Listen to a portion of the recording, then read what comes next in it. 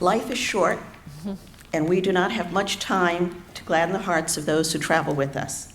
So be quick to love and make haste to be kind. These sentences are part of a blessing that Reverend Susan frequently gives at the end of the service. Two very different missions, Prayer Shawl and Halley Elementary, put these words into action. Prayer shawls are lovingly knit or crocheted by parishioners, blessed and given to people in need of comfort or solace. We have created 19 so far this year. 12 have been given to parishioners and their families and friends.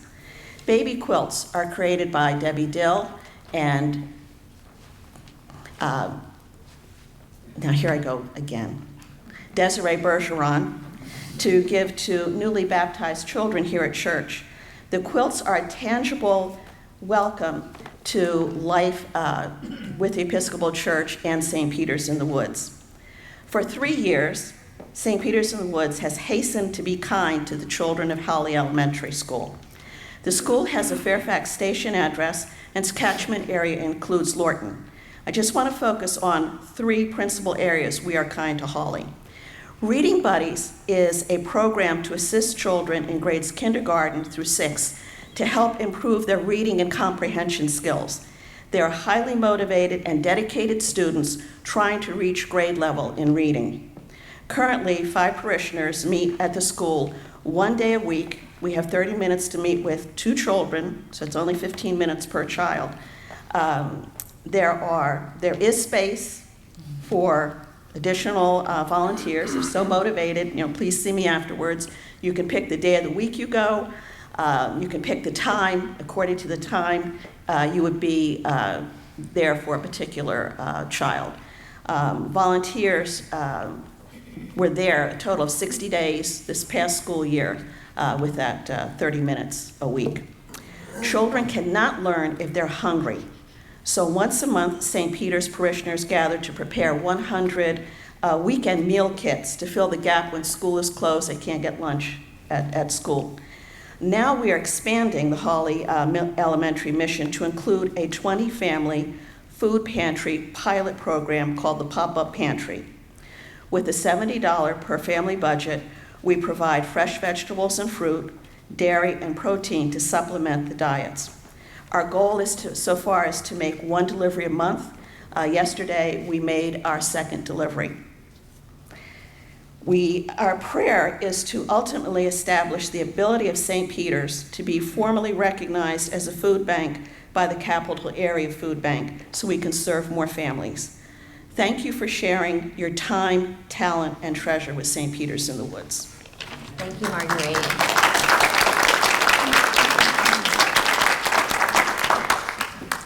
Thank you. And Ann Hooper is going to say a few words just about where we are with our stewardship campaign right now.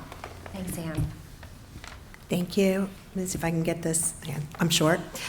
Good morning, everyone. For those of you who don't know me, I'm Ann Hooper. I'm the chair of our stewardship ministry.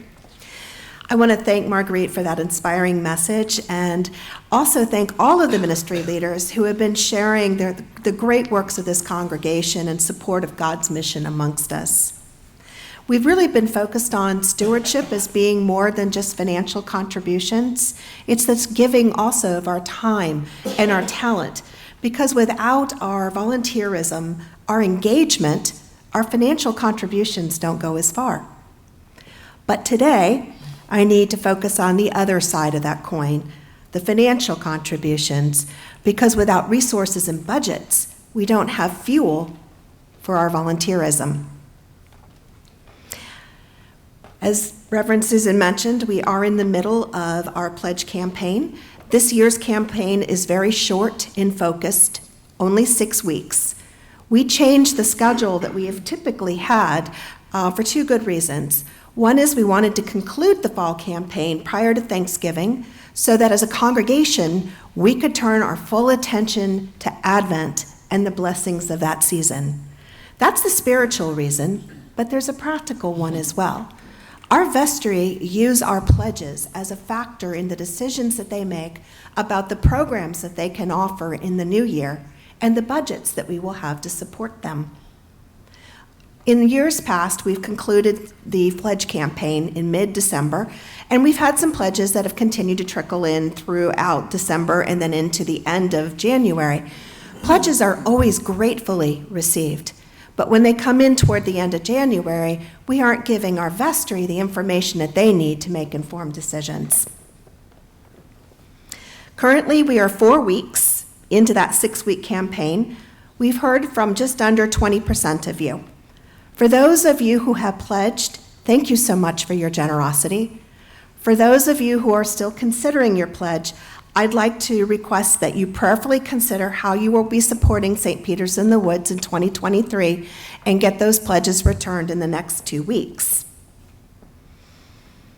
We've tried to make it easy to pledge. We've sent out the pledge cards in the mail. They're also at the back of the church next to the box. You can return them to church in the box, or you can also make your pledge online. You'll know that you have a nice brochure in your bulletin today. All the information about how to return your pledge online is included. One additional word about pledging. I know a lot of us have moved to auto-pay as a way of fulfilling our pledges.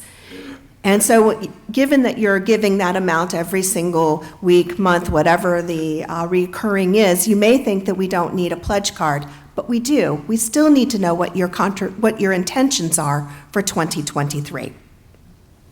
We'll conclude this pledge campaign on November 20th with In Gathering Sunday. I can think of no more appropriate time than the week of Thanksgiving to raise up our pledges and thank God for our many blessings and the faithfulness and generosity of this congregation. My earnest prayer today is that over the next 2 weeks, we're going to have a flurry of pledging activity, and that we are going to be able to raise up all pledges and bless them and thank God. Thank you. Thanks, Anne.